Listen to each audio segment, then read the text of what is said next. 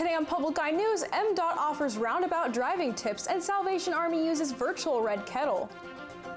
Later in the show, Dana Sangstock will have your weather and Ross Ray will have your sports. Hi, I'm Caleb Rydell. And I'm Jillian Wormlinger. Welcome to Public Eye News.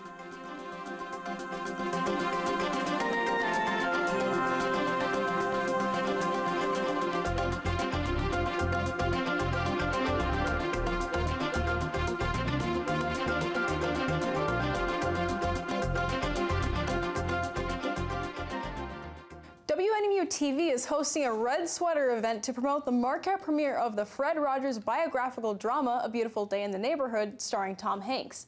The event will take place Friday, November 22nd at the Thomas Theater Group in Marquette. Those interested are encouraged to arrive dressed in their favorite red sweaters or cardigans. Door prizes and cookies will be provided. WNMU's TV staff will be at the theater starting at 5:30 p.m. to meet and greet people in advance of the show. Public TV 13 broadcast manager Bob Thompson states, quote, "The staff at WNMU TV want to support the release of the film by greeting Mr. Rogers fans and celebrate what this great man did for children all over the world," end quote. And the 2 new roundabouts in Marquette Township have been open since the beginning of November. So far, there have been a few accidents in the roundabouts. A Negaunee resident named Alec Johnson, who uses both roundabouts every day, said he has seen some drivers use the roundabouts incorrectly. He has often seen people stop in the center of these roundabouts. The Michigan Department of Transportation's UP spokesperson Dan Weingarten says using a roundabout is simple. Slow down when approaching the roundabout and look to your left before entering. In icy conditions, it is safe and important to keep more distance between cars. An iconic symbol for the holidays is making their way into the internet this year instead of physical locations. The Delta County Salvation Army is changing their Red Kettle campaign that usually has Santas and volunteers ringing bells to try and get donations for the nonprofit. With the loss of Super One and Shopco recently, there are less places for the bell ringers to be and less physical kettles. So now the Delta County Salvation Army had the idea of having a virtual kettle where a volunteer will ring a bell on a live stream at a church, and they will be collecting donations through a QR code. But people will also be able to come into the church and give money during the live stream. And recent developments in vaping research has led to researchers linking the cause of vaping deaths to vitamin E acetate and found that the substance is not to be found in nicotine-based liquids.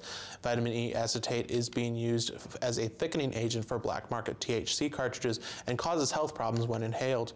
Roughly 42 people have died due to black market THC vapes, and it's caused many states to impose bans and taxes on flavored vape cartridges. Even though nicotine cartridges were not the cause of the deaths, they still pose a threat to one's health as it has real toxic side effects.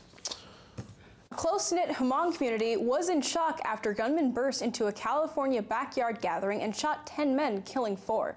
Sunday evening's attack killed Zai Li, a Hmong singer and musician whose videos on YouTube have been viewed millions of times. Also killed were 3 people from Fresno, including Via Vang, 31, Cao Zhang, 38, and Kalak Singh Thao, 40. Police have not determined any motives, and no suspects have been identified. And 2 jail guards responsible for monitoring Jeffrey Epstein the night he killed himself were charged today with falsifying prison records to conceal they were sleeping and browsing the internet during the monitoring period. Tova Noel and Michael Thomas were accused in a grand jury indictment for neglecting their duties. They failed to check on Epstein for nearly 8 hours and of fabricating log entries to show they had been making required checks every 30 minutes. Prosecutors claim that instead of making required rounds, the guards sat at their desk just 15 feet from Epstein's cell and browsed the internet for furniture and motorcycles. Today, both guards are pending on court appearance. And stay tuned. After this break, we'll be back with your national and international news. Sama.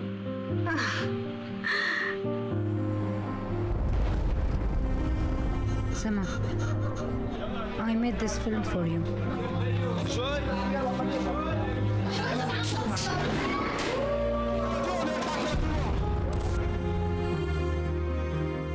Sama, I need you to understand what we are fighting for.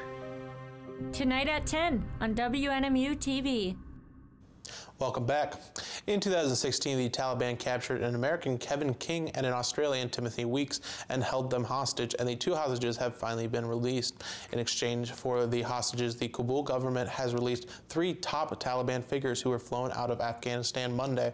After 3 years of captivity, the hostages, who were teachers abducted outside the American university in Kabul that they were working at, have been released today in southern Zabul province. Immediately receiving medical care in the hands of U.S. officials in Afghanistan, the family of the American is extremely happy to have their family member back in safe hands. And the parents of a Cornell University freshman are offering $10,000 reward to solve the mystery surrounding surrounding their son's death. The body of 18-year-old Antonio Cialis was found days after he vanished following a fraternity party in October. Manuel Borquez spoke to the parents in Miami. These were the last photos Flavia Tomasello took with her son Antonio on Parents' Weekend before he attended a Phi Kappa Psi fraternity party. It should have been a happy weekend for us, just, and just seeing the excitement that he shared with me, particularly because I saw him the night before. The Cornell University freshman failed to meet his mom and dad, John Cialis, the following day. His body was later found at the bottom of a gorge. My gut feeling at that point was he was with others. Your message to anyone who saw him that night is what? Please have the courage to come forward and let us know what really happened that night. Cornell University police say no foul play is suspected. According to the university's president, officials have not determined Antonio's cause of death, but said the party was an unregistered fraternity-sponsored event where alcohol was served, and that the events regrettably follow a pattern of misconduct in the Greek letter system. Antonio would be here tonight if they had not had this unauthorized dirty rush party. The university has suspended the fraternity. In a statement, Phi Kappa Psi offered its deepest condolences and said its members continue to work with police. We as a community, we need to know, because we need to take actions and to prevent these, tragic, senseless things from happening. Manuel Bojorquez, CBS News, Miami. The Israeli military intercepted 4 incoming rockets from Syria today, and explosions were heard shortly after that in Damascus, a week after another Israeli strike targeted a top Palestinian militant in the Syrian capital. Air defense systems captured the projectiles, the military said, and no harm was caused to Israeli communities in the Golan Heights after warning sirens awoke residents there early in the morning. The Israeli community would not comment on the explosions in Syria. The Britain-based Syrian Observatory for Human Rights said Israel targeted posts southwest of Damascus with 5 missiles, adding that Syrian air defenses shot down some of the missiles. And this morning, around 100 pro-democracy protesters are barricaded inside a Hong Kong university in a tense standoff with police. They're facing desperate conditions after fighting police yesterday with Molotov cocktails, catapults, and bows and arrows. Remy Inocencio is just outside the university. The mangled, barricaded main entrance to Hong Kong Polytechnic University is anything but welcoming, and campus life is littered with the debris of conflict. In the makeshift infirmary, volunteer medics tell CBS News they've treated more than 100 injuries. The worst, a collapsed lung from an officer's rubber bullet. Food supplies are dwindling, but cooks in the canteen keep frying up rice to feed the last of the resistance. This is the heart of the university's campus defenses. Right in front of me are hundreds of Molotov cocktails here. The smell of the flammable material is very much in your face. As the violence intensified Monday, many protesters tried to escape in different ways, descending daringly over bridges or dropping into dirty sewers. But Tuesday afternoon, many protesters, cold, hungry, and wrapped in thermal blankets, surrendered and walked off campus. Still, others chose to stay, like John and Jackie. How are you feeling right now after 3 days being here? Down. Very down. Do you feel that you've lost? This university is not the last battle. Yeah. You can say this is another battlefield.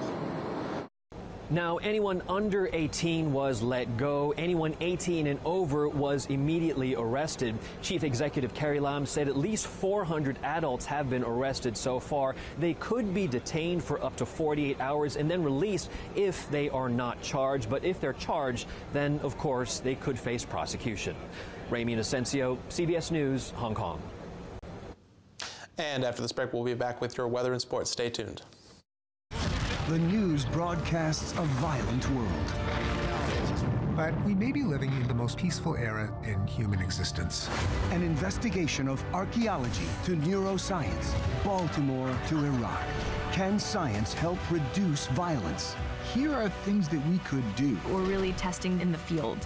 The violence paradox. We're at war with ourselves. On Nova. Wednesday night at 9 on WNMU TV. Hi, welcome back to Public Eye News. I'm Dana Sinstock, and today we'll be taking a look at your weather. Today's current conditions are cloudy, temperature 39, winds south-southwest at 4 miles per hour, barometric pressure 29.81 and rising. Tonight we're looking at partly cloudy conditions, a low of 32, winds southwest at 4 miles per hour. Tomorrow will be mostly cloudy with a high of 43, winds southwest at 5 miles per hour. Current temperatures are at Sault Ste. Marie 39, Manistique at 40, Escanaba at 40, Menominee at 37.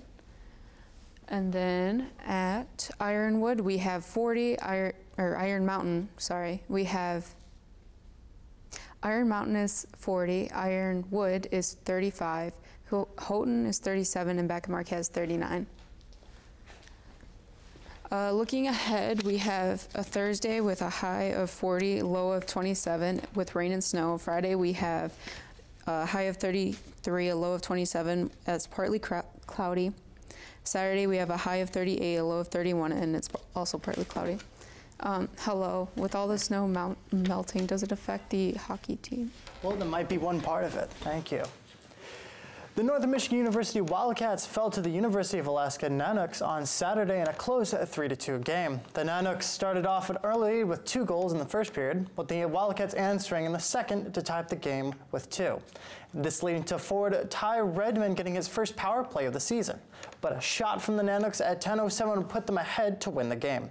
The Wildcats go to war on Friday as they head to McInnes Student Ice Arena in Houghton for the first game of the home series against rival Michigan Tech. And in more hockey news, the Anaheim Ducks beat the St. Louis Blues 4-1, also taking place on Saturday. Captain Ryan Gislev gave the Ducks a 1-0 lead 4 minutes into the game and with a give to go from Max Jones.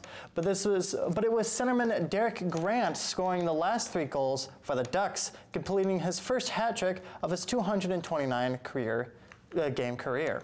The Anaheim Ducks face the Florida Panthers at 7 p.m. on Thursday, and the St. Louis Blues face the Tampa Bay Lightning today at 8 p.m. And in esports news, as tournaments wrap up for the year with off-season trading starting, the first major for the 2019-2020 Dota Pro circuit is underway. Dota 2, a competitive MOBA, has had a massive esports base for years, with a Dota Pro circuit starting in 2017. Teams from across the world play in what are known as majors and minors to earn qualifying points. The teams that receive enough qualifying points will be eligible to compete in the Dota's World Championship, known as the Invitational, to hopefully win it all and go home as champions. Tonight's match for the first major of the year is with Southeast Asia's Fnatic versus former Dota Summit champions Invictus Gaming. Well, that's pretty interesting now, isn't it? Yeah, absolutely. But unfortunately, Ross, that's all the time we have for you today at Public Eye News. Thanks for tuning in, and we will see you tomorrow.